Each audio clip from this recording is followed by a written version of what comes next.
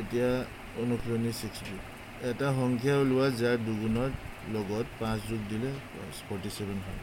সমীকৰণ বনাব লাগিব এতিয়া লিখিবলৈ প্ৰথমে ধৰা হ'ল কি সংখ্যাটো প্ৰথমে সংখ্যাটো কিমান দিন x এটা প্ৰশ্ন মতে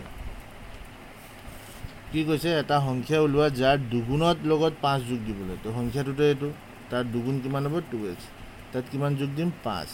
তাৰপিছত কি কৈছে যোগ দিলে 47 এটো সমান 47 মানে এই সংখ্যাটোৰ লগত কিমান দিব লাগিব দুগুণ বুলি কৈছে তো 2x তো প্লাস কৰি দিব লাগিব পূৰণ কৰিলো তাৰপিছত প্লাস হ'ল 5 যোগ দিব কৈছে 5 যোগ দিছো তাৰপিছত কি হ'ল 47 এটা সমাধান কৰি দিও 2x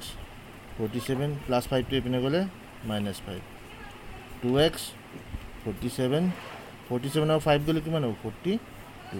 এটাকে ইয়াত x টো এটা কি হৈছে পূৰণ হৈ আছে x টো যদি পূৰণ হৈ থাকে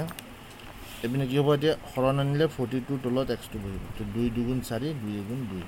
21 এটাকে সংখ্যাটো কিমান পালো আমি 21 এটো आंसर